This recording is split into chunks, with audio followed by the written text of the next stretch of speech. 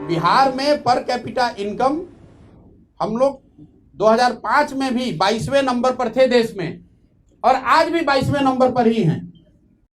जी नमस्कार। अब हम बात करने वाले हैं प्रशांत किशोर के जन स्वराज के बारे में।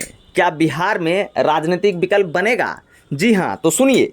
बिहार में राजनीतिक एंट्री के बाद तमाम सियासी दलों को अशांत कर देने वाले का नाम है प्रशांत। जी हाँ, प्रशांत किशोर जो लगभग देश भर के तमाम राष्ट्रीय और क्षेत्रीय राजनीतिक दल के साथ काम कर चुके हैं, अब कहीं ना कहीं राजनीतिक स्थिरता की तलाश में दिख रहे हैं।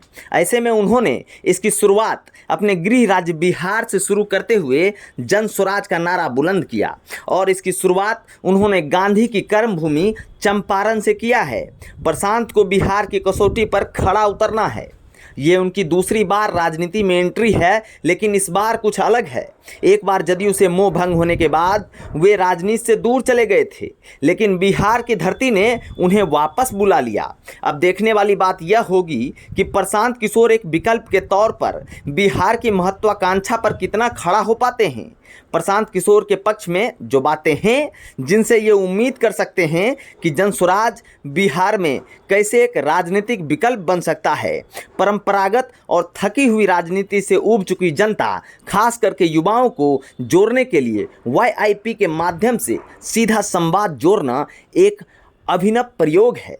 ये भी गौर करने वाली बात है कि राजनीति से दूर हुई जनता को वापस जोड़ने के लिए पदयात्रा के माध्यम से डोर टू डोर कैंपेन, वो भी गैर चुनावी अवधि में, प्रशांत नरेंद्र मोदी, ममता बनर्जी और जगनमोहन रेड्डी को सत्ता की कुर्सी पर काबिज करा चुके हैं। राजनीति में जनता को कैसे मैनेज करना है, ये प्रशांत किशोर के लिए पेशेवर काम है।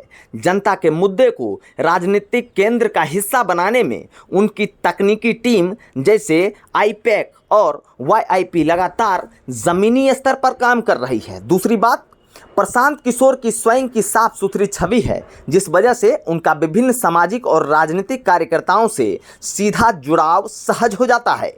यह एक या 2 दिन की बात नहीं है।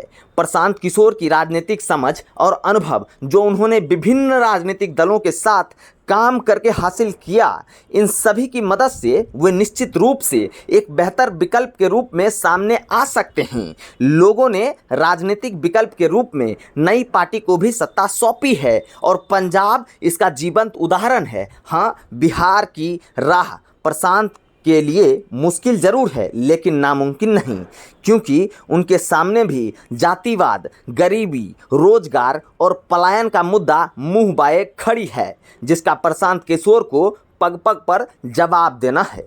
यूं कहिए तो यह उनकी भी राजनीतिक परीक्षा है। आप लगातार बने रहिए द न्यूज़ हॉल्ट के साथ और मैं हूं अविनाश भट्ट, फिर हाजिर रहूंगा आपकी सेवा में। नमस्कार।